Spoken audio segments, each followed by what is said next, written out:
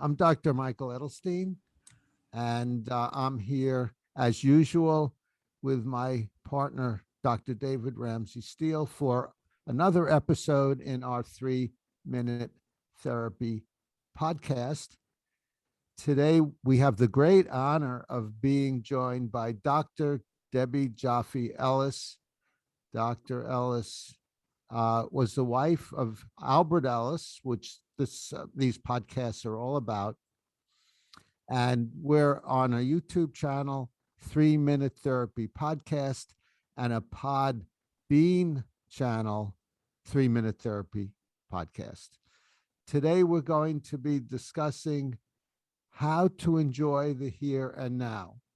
And this is a particularly interesting topic for REBT, Rational Emotive Behavior Therapy, because REBT is more long-term focus than short-term focus. We teach you how to enjoy the rest of your life, not just the given moment you're existing in. So we're going to try to correct that today.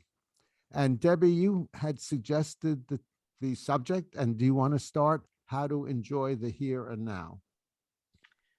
Sure, I'd love to. And thank you, Michael and David, for having me as part of this podcast. It's such a pleasure. I have enormous respect for each of you, and also Chris Rossini behind the scenes, much appreciation. So the here and now is all we got. I mean, the reality is, and I invite you to disagree with me at any and every point I say something in which you have a different opinion, but it's my opinion, and I shall say experience, that whatever has happened in the past, even though it may impact my choices in the here and now, is not in the here and now. And I have a choice about how I use or misuse whatever may have happened or not happened in my past. Also, we don't know the future. It's highly probabilistic that at some point we may die. Well, like highly probabilistic, but I'm not going to say it's 100% certain, because I don't know what brilliant scientists might come up with in years to come. Like in a moment, things can change drastically, not just about longevity, but about anything and everything. And I think one of the greatest contributors to people who suffer emotionally is that they're either dwelling too much in an unproductive way on the past and worrying too much or worrying at all about what hasn't happened yet, about what may be, what will be in the future. So I think it is invaluable and highly beneficial for individuals who are not perhaps in the habit of choosing a here and now focus to think about that, to think about the detriment of thinking too much about negatives of the past. I'm not talking about having amnesia. I'm talking about selective thinking and selecting how long we focus on what and why. And similarly, it's wise to plan for the future. And I think it's very helpful to have goals and wishes and dreams and, oh, one day I would love it if, it'll be wonderful when, and here's what I'm going to do to contribute to the possibility of that happening, but there's no guarantee. And so a few concluding words to this little monologue, which you've given me the opportunity to give. I think when we're in the habit of focusing on the here and now, it can enrich our lives immeasurably. It can reduce anxiety and worrying and stress. It can help us cope, and it certainly helped me cope with grief and loss, and with the possibilities that there will be challenging things ahead. Notice I said the possibilities because we don't know for sure. But you know, at the time, my late husband, here's his handsome face, Albert Ellis, passed away. I mean, for 2 or more years prior, there were difficult, brutal situations that we were coping with regarding the institute bearing his name, who had fired him and kicked him off the board and all. And without taking time, going into details, at the time he died, most of what we were trying to correct was left unresolved. I couldn't afford to continue the unresolved lawsuits, though if I had have had the money, I really think I would have won. But I accepted the reality that I could not pragmatically continue them. And so I was grieving the loss of my husband. I was very alone and isolated here in New York City, where my former friends, who were mainly connected to our work life, were affiliated with the Institute, and now they actually were acting in very belligerent ways against me. So I was grieving loss. I was surrounded by hostility. And what helped me cope was focusing on the here and now, writing down a daily plan, writing, this is what I'm going to do today. Remembering what I could be grateful for. That's a part of REBT that I emphasize very much. Particularly during the tough times, it's helpful. It gives perspective. Yeah, this is tough. This is hard. This is cruel, but I still can see. I still live near a river that I can walk by. There are geese and ducks, a beautiful sky. And it's a choice. I'm not talking la-di-da Pollyanna. I'm talking about making a choice to pay attention to what's really good instead of predominantly focusing on the hard stuff. So when we choose to make our main daily focus the here and now, which doesn't preclude pragmatic planning, okay, then we choose to remember what we're grateful for, can do self-talk, which includes messages like, this situation is difficult, but I've coped with difficult situations before. It's highly probable I can cope again. And I use what I'm about to say with discernment. What I'm about to say, other people have it worse. Now, in some situations, that can be helpful. It was helpful for me. I'll give a quick example in a moment. But for other people, that can sound like you're diminishing their suffering. And if you're a therapist working with a client, I don't recommend that. Oh, other people have it worse. You know, it sounds like reprimand. Stop complaining. No, but in my case, when I was going through hostility and attacks, not physically, but verbally, slanderous, and was lonely and missed my husband, my late parents survived 5 years in concentration camps. They survived, they got through, and they started a new life in Australia and had good moments and good times. So it helped me. It could help others, but I wouldn't recommend it indiscriminately because, again, some people might see it as demeaning their suffering, and that's not helpful. And finally, before I stop talking and give you a chance to share what you think and ask any questions, another, I think, really helpful self-talk statement is, even though things are difficult now, unexpected good things can happen. That's not bullshit. It happens. Things can change quickly. I'm not saying unexpected good things will happen. It's all for the best. REBT isn't about, you know, grandiose, Pollyanna, romantic, la-di-da. But it is about realistic optimism. And unexpected good things can happen. So that's helpful as well. Anyway, I could go on, but I've said a lot. So over to you. Thank you so much, Debbie. There's a lot of wisdom in what you just said.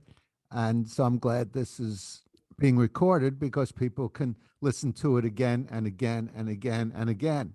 And David, did you want to add something or include something?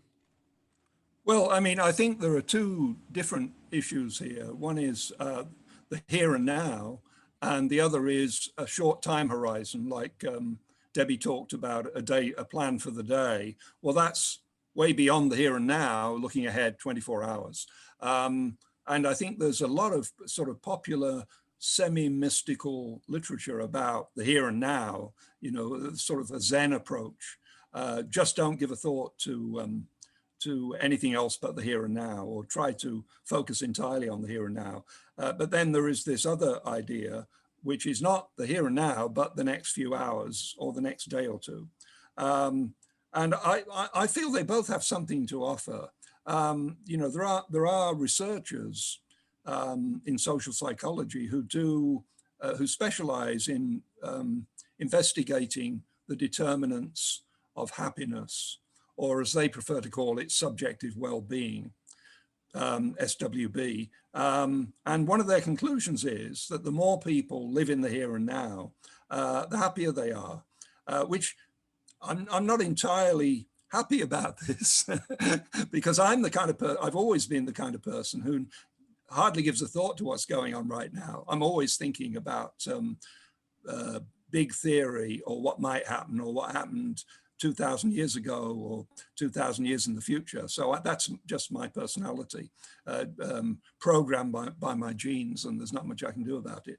But it seems to be a fact that some people just lose the ability to enjoy the moment because they're so hung up with their worries about what might happen.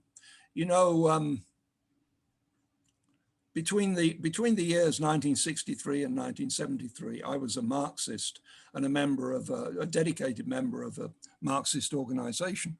And I was very preoccupied with Marxist theory. And at one point, I was particularly worried about some particular point of Marxist theory. And I started discussing it with other members of this little Marxist group. I was having this conversation, and I talked about how we had to get this right. And the person I was talking to looked at me intently and said, "You do realize that 100 years from now, no one's going to give a flying fuck about any of this. And they're not going to know who you were or what you thought about Marxist theory." And I thought, and that was immediately greatly liberating, you know, because it was putting things into perspective. It actually helped me to cope with my emotional problems at the time. This perspective that 100 years from now, I'd be dead and gone, and no one would care a damn about me or anything I was preoccupied with. You might think that's a depressing thought, but I found it an uplifting and edifying thought. Those are some of my thoughts on the here and now.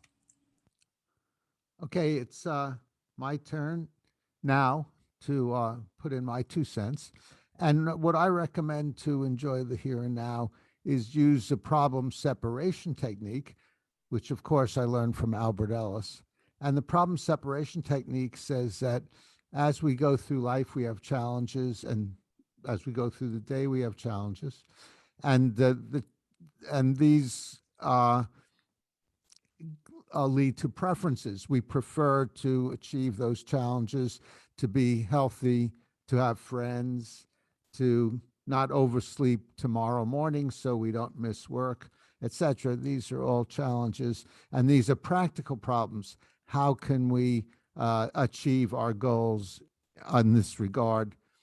And there are various practical problem-solving solutions like research, trial and error, experimentation, speaking with others to try to deal with these different problems. But then, being imperfect humans, we often escalate our practical problems to emotional problems. So when I think about getting up on time tomorrow morning, I might start to get anxious about oversleeping, or I might feel dread about going to work, or I might feel guilty about having overslept yesterday. So those are emotional problems. So to enjoy the here and now, the first thing to do is to say, what are the practical aspects? what are the emotional aspects, and then deal with each separately, because we use emotional problem solving strategies to address emotional problems, often they're thought problems, to change our thinking, and practical problem solving strategies to address the practical problems. And then as you address each, then not only will your future be more enjoyable, but you'll enjoy today more.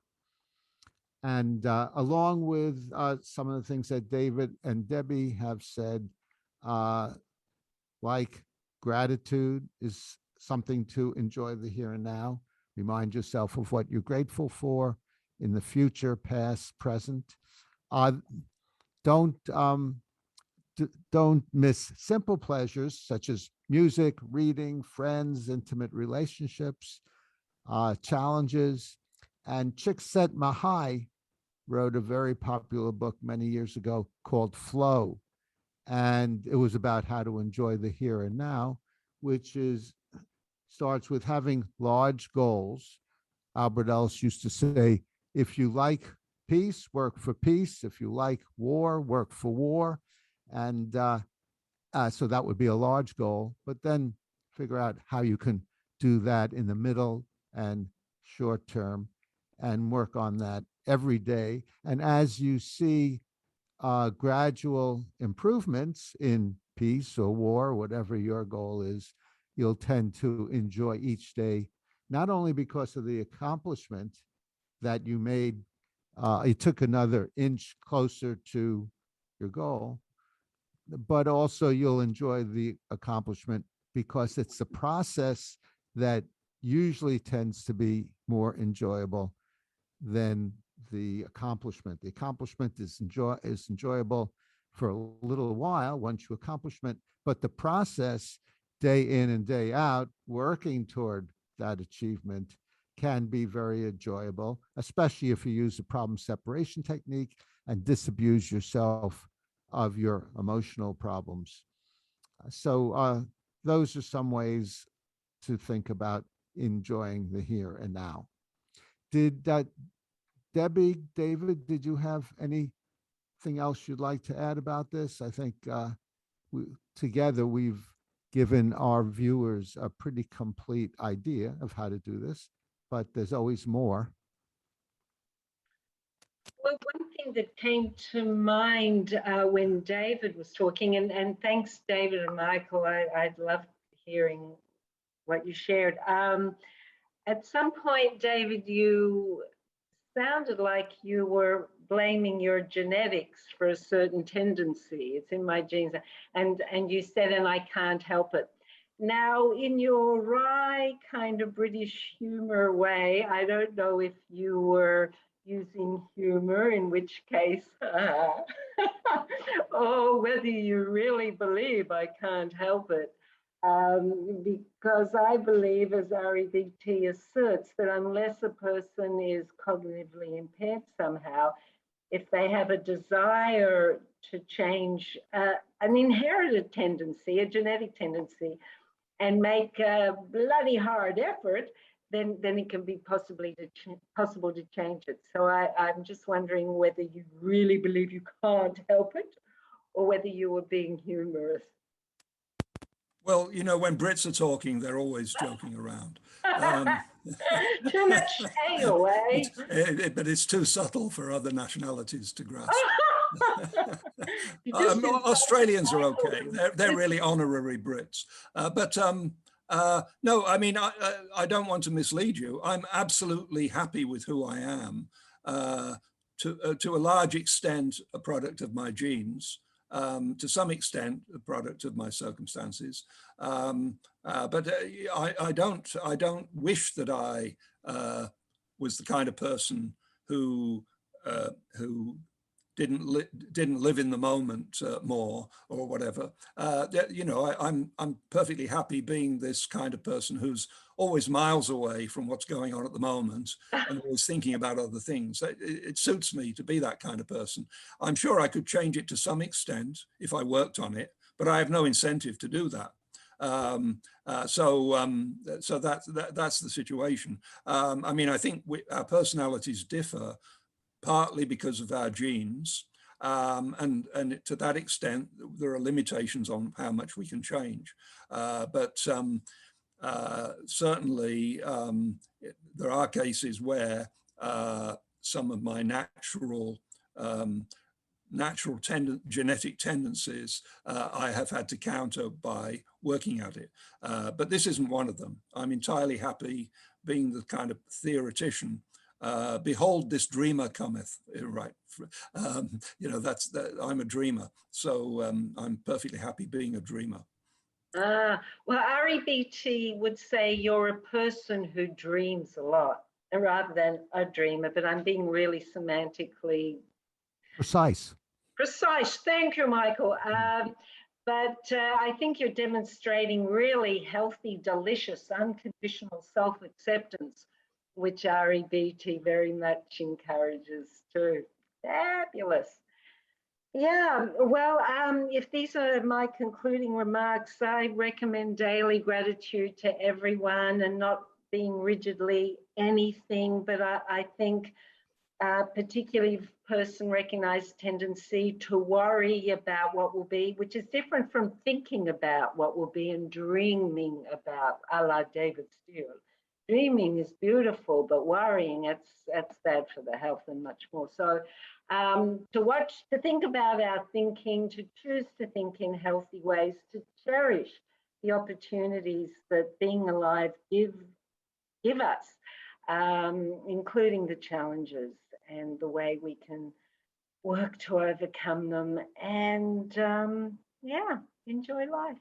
Yay. Hey, thank you, Debbie, for your concluding Yes. remark. And my concluding remark is one of the main ways I enjoy every day, and I recommend it to my clients, is by writing out 3-minute exercises daily, which some therapists call the ABCs, and Dr. Ellis called the rational self-help form, and work on uprooting your demands, your musts, your shoulds, your supposed tos, your awfulizing, your can't stand it-itis, and your self and other downing. In other words, go for unconditional acceptance, and you'll enjoy every day much more.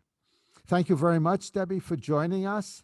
You've been on with us before, and I am sure you will be again. Thank you, David, my co-author of 3-Minute Therapy and Therapy Breakthrough. And thank you so much, Chris Rossini, for doing all the technical work in the wings. Without that, we wouldn't be on. Come to another 3-Minute Therapy podcast to stay on the rational side of life.